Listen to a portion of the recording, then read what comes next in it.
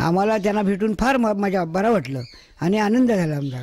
आणि आम्हाला काही लोकांनी सांगितलं तर तुम्ही त्यांच्याकडे मागणी घाला। आम्ही मागणी घालण्याकरता नाही गेलो, आम्ही फक्त त्यांना फुलगुच्छा देऊन त्यांना एक नमस्कार करून आमचा समाधान आम्ही करून घेतलं। आज जे राष्ट्रपतीला भेटायला गेलो होतो त्या भेटायला जाण्यापूर्वी इथे कलेक्टरांची स्वतः गाडी पाठवून दिली आणि त्यांनी मला 8 वाजता तिकडे त्यांच्या पोलीसच्या संरक्षणाखाली आम्हाला 5 नातेवाईकांना त्यांनी आत घेतलं आणि आम्हाला फक्त आम्ही 5 मिनटं दिली होती, त्यांनी 15 मिनटं ते 20 मिनटं काढून आमची मुलाखत त्यांनी घेतली।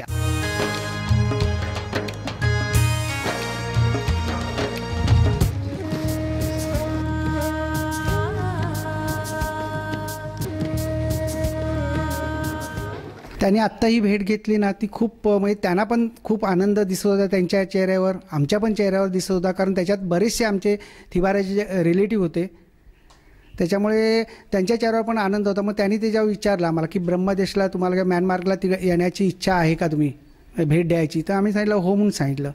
ते म्हणाले आमची पण इच्छा आहे तुमच्या सगळ्या कुटुंबाची, जेव्हा परत येईन त्यावेळेला तुमच्या सर्व, आम्ही सांगितलं की आमचे 50-60 लोक असतील सगळ्या टुटूपासूनची फॅमिली, तर ते परत जेव्हा येईन तेव्हा नक्कीच तुमची मी खास करून भेट घेईन असं त्याने अगदी सांगितलं आम्हाला।